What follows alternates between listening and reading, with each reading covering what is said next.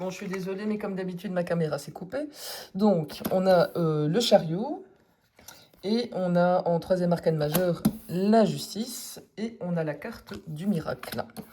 Eh bien, toi, tu as gagné le jackpot. Alors ici, le diable représente ce qui enferme. Donc c'est des dépendances, des peurs, des conditionnements, les rapports de pouvoir, les croyances qui pourraient te dire je ne peux pas ou je dois rester comme ça. C'est pas forcément quelque chose de négatif en soi, mais c'est une forme d'attachement qui finit par limiter ton élan.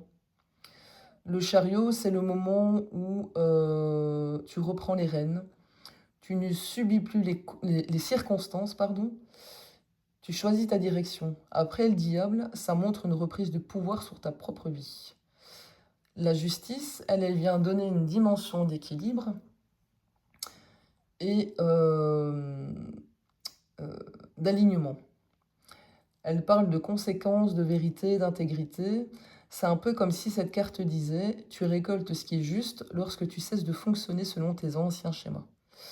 Et puis avec le miracle, moi je vois moins comme un événement tombé du ciel que comme le résultat d'un profond réalignement. Le miracle naît uniquement quand on arrête de gaspiller son énergie à lutter contre soi-même ou à rester attaché à ce qui n'a plus lieu d'être. Et donc, ce que je trouve particulièrement intéressant, c'est que le diable n'est pas la fin de la séquence, mais je dirais que c'est plutôt le point de départ. Et donc ici, on ne te dit pas que tu es prisonnier ou prisonnière, on te dit plutôt que tu es en train de sortir d'une prison, tout court.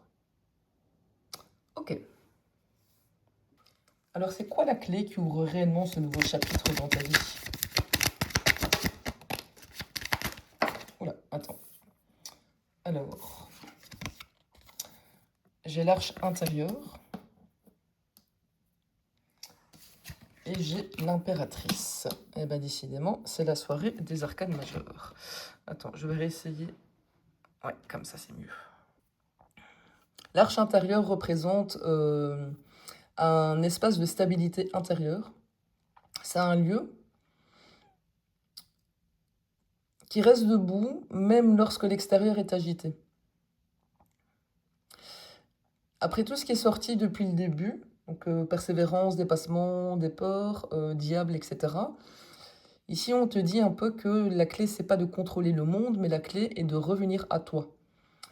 Et ce qui est assez drôle, c'est que l'impératrice vient juste après, parce que ça, c'est une carte de création, d'expression, d'abondance et de confiance en sa propre capacité à faire naître quelque chose. En fait, elle ne force pas, elle donne la vie. Et donc, en les associant, moi, je dirais que le nouveau chapitre ne s'ouvrira pas parce que les circonstances vont devenir parfaites.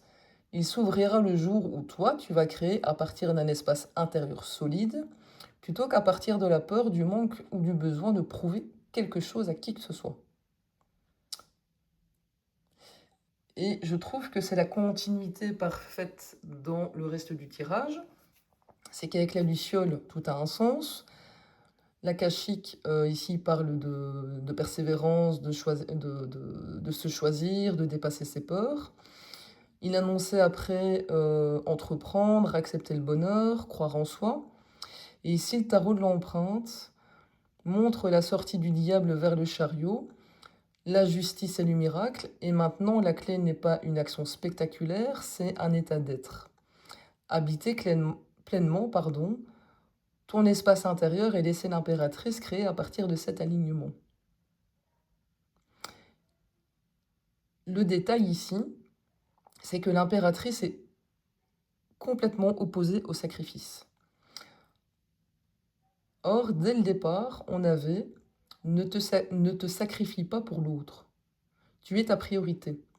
Et là, je trouve que l'écho est quand même très fort. On retrouve le même enseignement sous une autre forme. Créer sa vie ne passe pas par l'effacement de soi, mais par une présence pleine à soi-même. C'est très joli. Allez, on continue. C'est quoi le cadeau si tu franchis ce passage?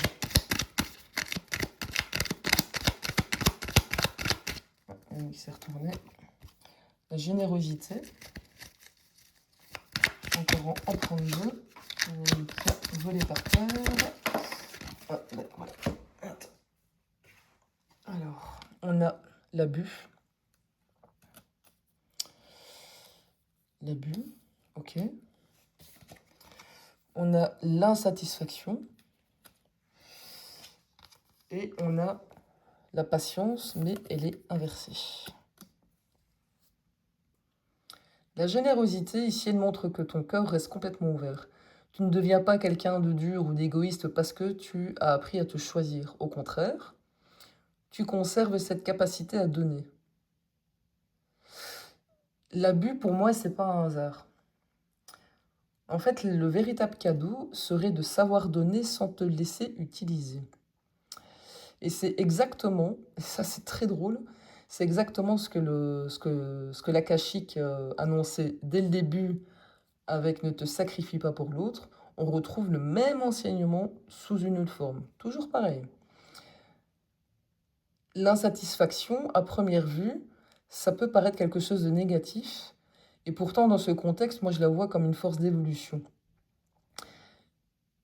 Il y a une insatisfaction qui détruit, mais il y en a une autre qui pousse à ne plus accepter une vie trop petite. Et donc, en fait, elle devient un moteur. Tu ne te contenteras plus de survivre, tu voudras une vie qui te ressemble vraiment. Et la patience inversée, celle-ci, elle me parle beaucoup. En fait, moi, j'ai l'impression qu'elle dit que le temps d'attendre que les choses changent toute seule est terminé.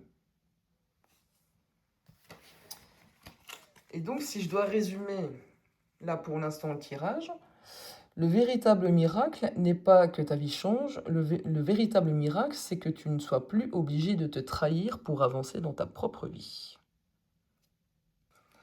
Dans quel domaine cette transformation va s'exprimer en premier? J'en ai déjà une qui est tombée, une deuxième qui s'est retournée. Ouf, on a la roue de fortune, le retournement. Ok. Et la responsabilité.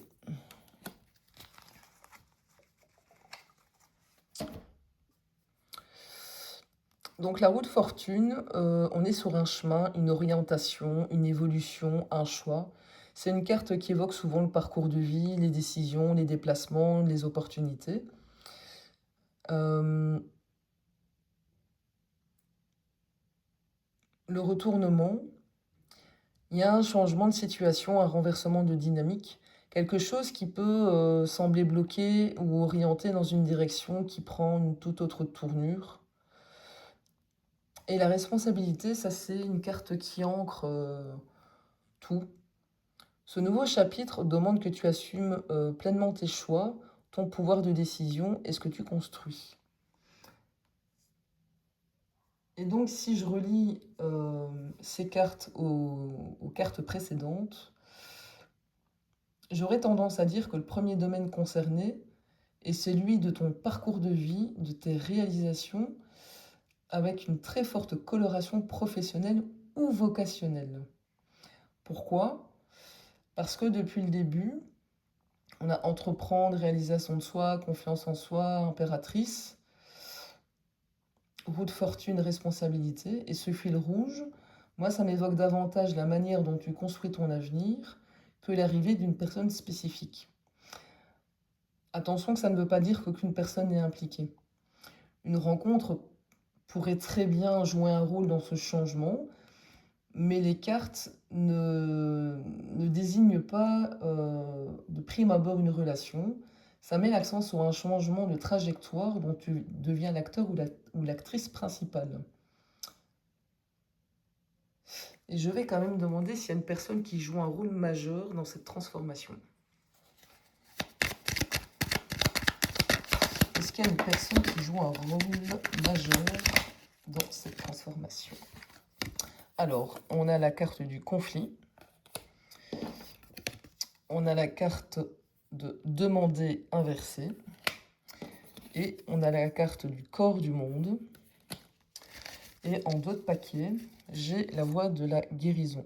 Si je mets mon dé devant, ça va pas aller. Ici, le conflit inversé suggère qu'un ancien mode de relation est en train de perdre son emprise sur toi. Ça peut être la fin d'une opposition, d'une tension ou simplement le fait que le conflit n'est plus dans le centre de ton évolution. Le cœur du monde, ça donne une impression d'ouverture et de connexion. Et donc la personne qui joue ici un rôle important pourrait être quelqu'un qui te ramène vers ce qui est essentiel, qui t'aide à voir plus grand ou qui agit comme un catalyseur dans ton parcours. La voie de la guérison, ça indique que cette relation a une dimension réparatrice. Ça ne signifie pas que cette personne est là pour te sauver, mais qu'à son contact, il y a certaines blessures, certains schémas ou certaines croyances qui peuvent être mis en lumière et évoluer. Et le monde...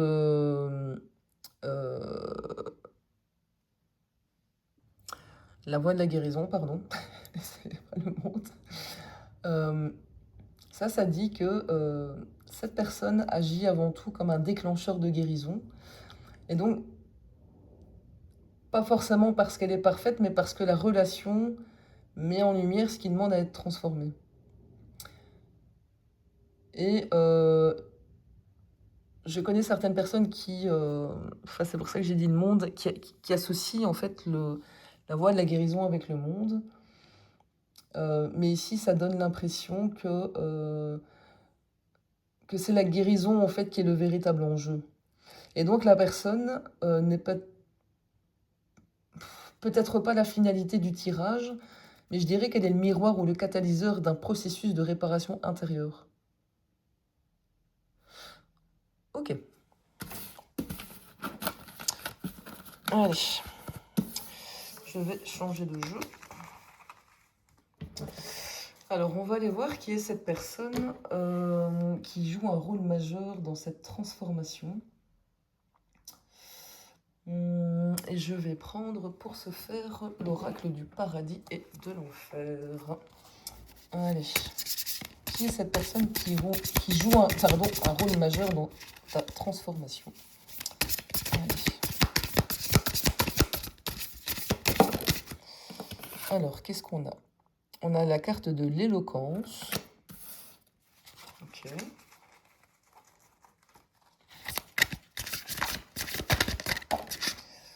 On a la carte du pardon divin.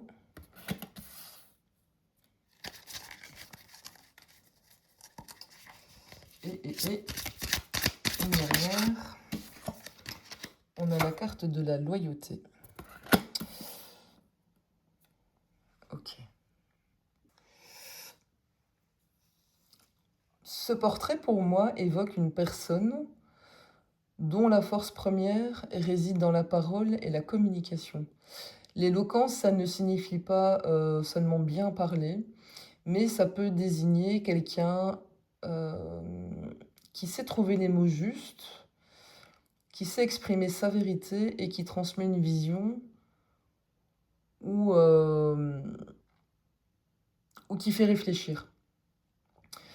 Le pardon divin, lui, apporte une dimension de réconciliation. Et donc, il ne s'agit pas forcément de pardonner un acte précis, mais plutôt d'aider à sortir d'un poids, d'un ressentiment ou d'une ancienne histoire. Et cette personne ici, elle semble liée à une dynamique d'apaisement plutôt qu'à une répétition de blessures.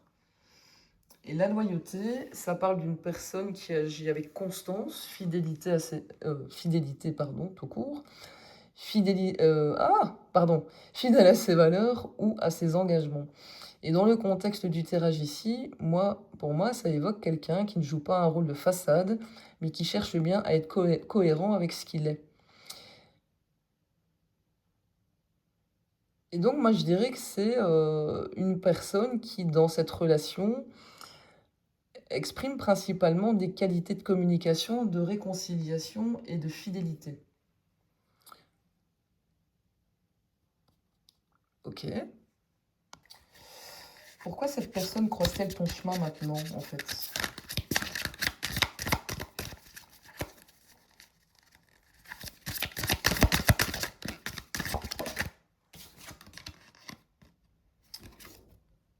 croyances fanatiques et hypocrisie. Ok.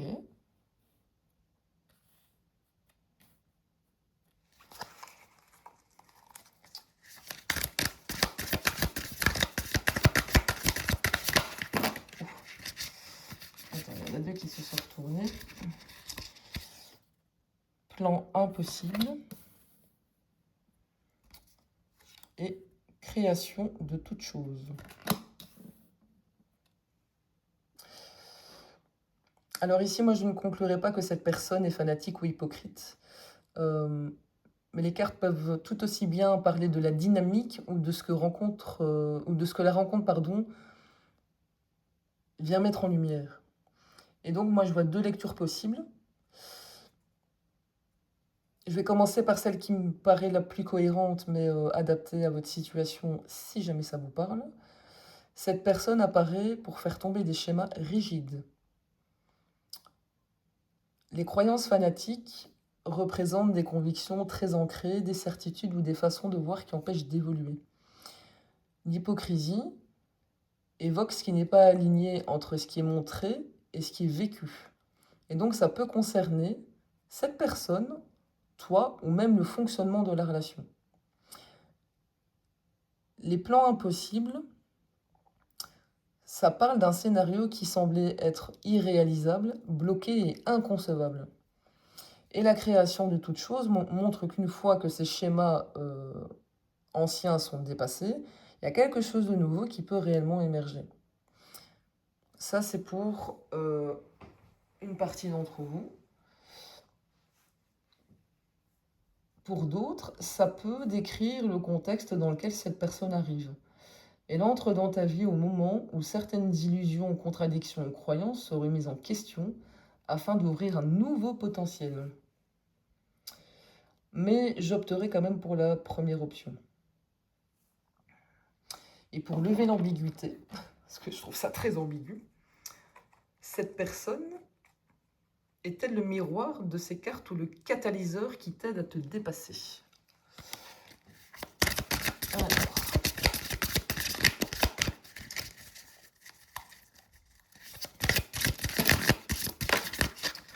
Ok. Alors, on a difficulté spirituelle. On a politique et ambition. Et on a le retard.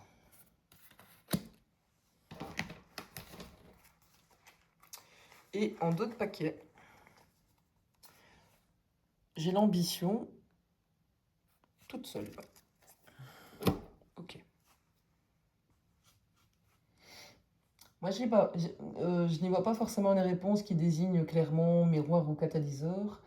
J'ai plutôt l'impression ici que cette personne agit comme un catalyseur parce qu'elle met en lumière des zones de tension ou d'évolution. Ici, les difficultés spirituelles, ça peut symboliser une période de doute, de perte de repères ou un décalage entre tes valeurs et ta manière d'agir. Ça ne signifie pas nécessairement que cette personne est spirituellement en difficulté. Ça peut être le thème que la relation éveille. La politique et ambition placée du côté positif, moi ça m'évoque la diplomatie, l'intelligence relationnelle, la capacité à comprendre les jeux d'influence et à naviguer avec du discernement. C'est la seule carte clairement lumineuse du groupe, ce qui lui donne quand même beaucoup de poids. Et là, moi je vais associer ambition de politique et ambition et retard. Le retard est du côté sombre. On retrouve l'idée que quelque chose veut avancer, mais rencontre encore des freins. Ça peut être des attentes, des objectifs, un timing qui ne coïncide pas, ou une focalisation qui ralentit le mouvement. Et le fait que l'ambition revienne une deuxième fois en deux paquets, c'est pour ça que je les ai séparés, ça attire quand même assez bien mon attention. Moi, je ne la lirai pas comme l'ambition est mauvaise, mais plutôt comme un thème central qui demande à être regardé. Qu'est-ce qui motive réellement les choix? Une aspiration profonde ou une volonté de contrôler le résultat? Et donc, Je crois que cette rencontre est importante parce qu'elle met à l'épreuve certaines convictions, certains désirs et certaines attentes. Et c'est précisément ce qui peut devenir un moteur de transformation. Ok. Alors, on va aller voir dans quel domaine on pourrait reconnaître cette personne. Bon, si ça te parle, comme d'hab, hein, tu me mets en commentaire. Hop.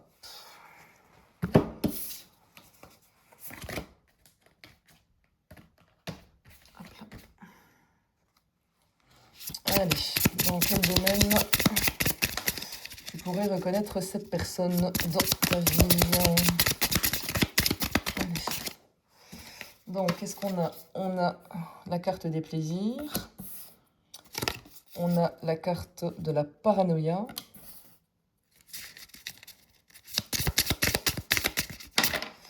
Et on a la carte de la culpabilité.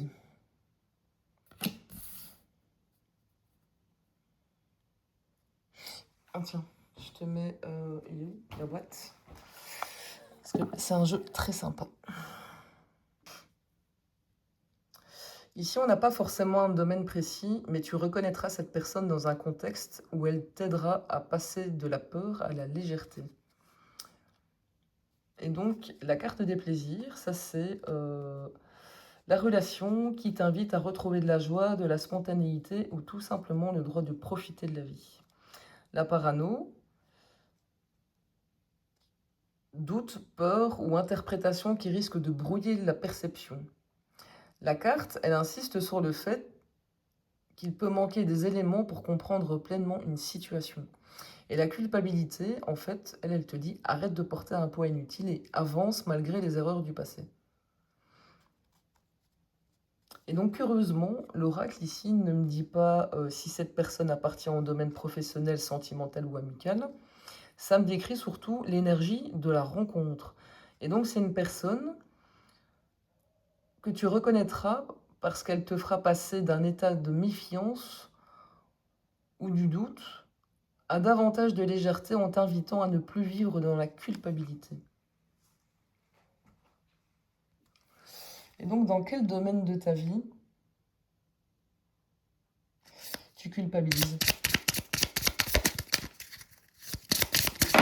Oula, on a beaucoup de trop. Allez, hop, hop, hop. Dans quel domaine de ta vie tu culpabilises?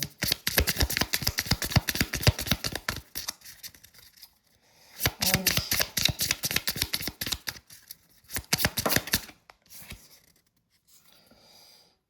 La carte des rencontres. Ok.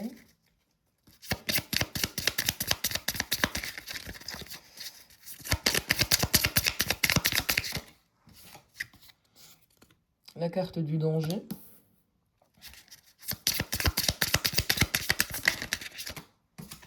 Et la carte du contrôle. En fait, ici, la culpabilité se manifeste dans le domaine des relations. Pourquoi? Parce que la rencontre place d'emblée le sujet avec le lien avec l'autre. Le danger, ça suggère qu'une relation ou l'idée d'une relation est associée à une forme de méfiance, de peur ou de protection. Et le contrôle, ça montre une tendance à vouloir maîtriser la situation, ses émotions ou l'issue de la relation. Et donc ici, on ne me parle pas d'un métier ou d'un projet, mais ça me montre que la culpabilité s'exprime dans le domaine de la relation à l'autre. Et donc, il semble y avoir une association entre la rencontre, la peur d'être blessé ou de refaire les mêmes erreurs et le besoin de garder le contrôle. Hein? Et donc, concrètement, moi, ça me fait penser au domaine sentimental ou plus largement dans la manière d'entrer en relation avec l'autre.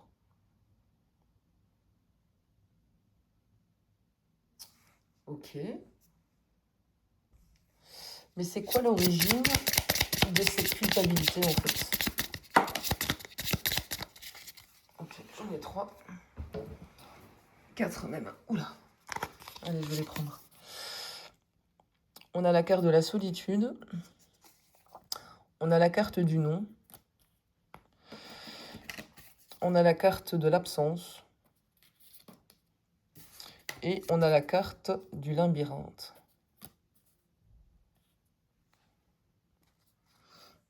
Et en d'autres paquets, j'ai l'accueil. La solitude... Non, je m'exprime mal. Je crois que l'origine de cette culpabilité pourrait se construire autour de 4 thèmes. La solitude, c'est une expérience où on s'est senti seul, abandonné ou obligé de tout porter son soutien. Le non, c'est un refus, une limite, un rejet ou quelque chose qui n'a pas été accepté. Et donc ça peut être un non reçu, mais aussi un non qu'on n'a pas osé poser. L'absence, une personne, un soutien ou une présence qui a manqué à un moment important. Ça, je ne sais pas si ça te parle. Et le labyrinthe, le fait d'être resté enfermé dans des questionnements, des scénarios ou une situation dont on ne voyait plus l'issue. Et là, l'accueil en d'autres paquets apporte une vraie clé de lecture. En fait, il suggère que la sortie ne passe pas par davantage d'analyse, mais une forme d'acceptation. Accueillir son histoire, ses émotions, ses limites ou même l'aide des autres. Et donc, cette origine de culpabilité ne semble pas venir d'une faute, mais ça parle vraiment d'une blessure très profonde. Une période de solitude, un refus ou une séparation, une absence qui a laissé une empreinte, mais une empreinte indélébile de dingue, puis ce sentiment de tourner en rond dans un véritable labyrinthe intérieur. Et pourtant, la carte en dos de paquet, c'est comme si ici on disait que la guérison commence lorsqu'on cesse de se juger et qu'on accueille enfin cette part de soi, mais avec bienveillance. Oh, c'est joli. Ça, c'est joli, ça. Ok. Et donc, le message ici que l'oracle de Garance souhaite te donner en conclusion. Attends, je vais chercher l'autre bout du canapé. J'arrive. Alors, on a la carte enfant, art, chance, et en d'autres paquets, tu as l'abondance. Et donc la carte de l'enfant, c'est retrouver sa spontanéité, sa curiosité, son élan de vie, ou renouer avec son enfant intérieur. Mais c'est aussi la possibilité de repartir sur de nouvelles bases sans porter le poids du passé. Avec la chance, lorsque cette culpabilité est déposée, il y a de nouvelles opportunités qui vont devenir visibles, et c'est pas forcément un coup de chance en tant que tel, mais une ouverture à ce qui pouvait déjà être présent sans être perçu. L'art, c'est exprimer qui nous sommes vraiment, et donc ça peut être la créativité, mais aussi le fait de créer sa vie selon ses propres couleurs et sa propre sensibilité. Et là, l'abondance vient carrément couronner le tout. Je trouve que c'est une énergie profondément lumineuse. En libérant cette culpabilité, tu retrouves une part plus libre de toi-même, qui est représentée par l'enfant. La chance te rappelle que la vie recommence à circuler lorsque tu cesses de te définir par tes blessures. L'art t'invite à créer, à t'exprimer et à faire de ta singularité une force. Et l'abondance en d'autres paquets, ici elle semble te dire que lorsque tu cesses de vivre dans la peur ou dans le contrôle, tu laisses enfin la vie apporter ce qu'elle cherchait déjà à t'offrir. Eh bien moi je trouve que c'est une très belle fin. Voilà. Bon, mais pour démarrer une journée, je trouve que c'est ultra positif en fait comme message. Donc n'hésite pas à commenter, à liker, à partager et à la prochaine.